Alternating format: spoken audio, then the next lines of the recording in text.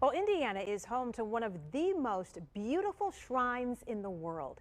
It tells the story of what unites us beyond race, religion, socioeconomic status. Anything that might divide, it's powerful too.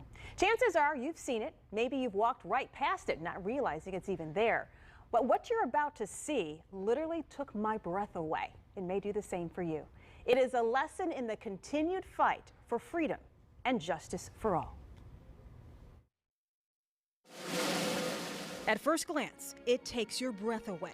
The colors of our flag, red Vermont Romanesque marble columns, floor to ceiling.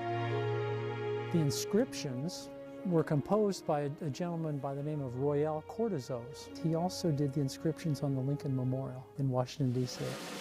The blue rambush stained glass glistening on the ceiling, the same glass in the most beautiful cathedrals around the world. In the middle, the all-crystal star of destiny shines bright, the symbol of hope. This, illuminating the garrison flag, red for the blood that was shed, white for purity, and the blue for freedom, hanging in glory over the altar of consecration with the Pledge of Allegiance to our country. In the corners are flags of countries who had smaller contributions. Contributions to the American win in World War I. The reason the War Memorial sits at Meridian in East Michigan, built in all its grandeur on 25 sprawling acres. The interior stone is unique from the standpoint that the stone actually came from the Allied countries: Belgium, Italy, Serbia, United Kingdom, and France. The halls lined with tribute after tribute, displays of ordinary Hoosiers who've done extraordinary things protecting and defending our freedoms. We have a 30,000 square foot museum in the basement, and we have a full-size Cobra helicopter. Countless Hoosier heroes. From the fields of Indiana. Their bravery immortalized forever. The selfless sacrifice still being recognized today.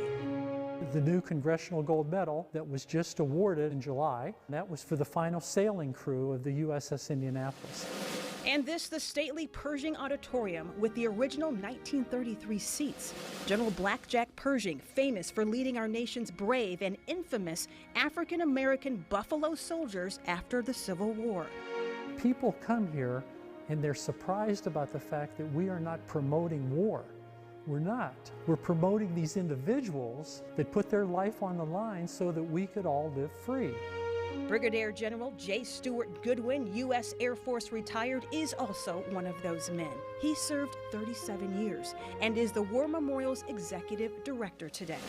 One of the reasons I stayed for 37 years was because we don't care what the color of your skin is. I don't care what chromosome you have. What I care about is that you're part of the team and you're going to help everybody go home that night.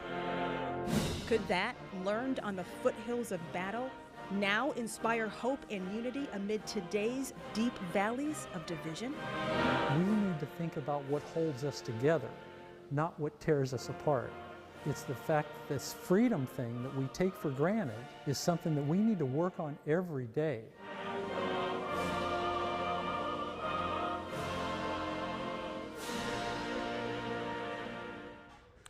It is a reminder with so much hope. The Indiana War Memorial is open Wednesday through Sunday, 9 to 5. Tours are free to the public. Museum exhibits are funded by donations to the War Memorial Foundation.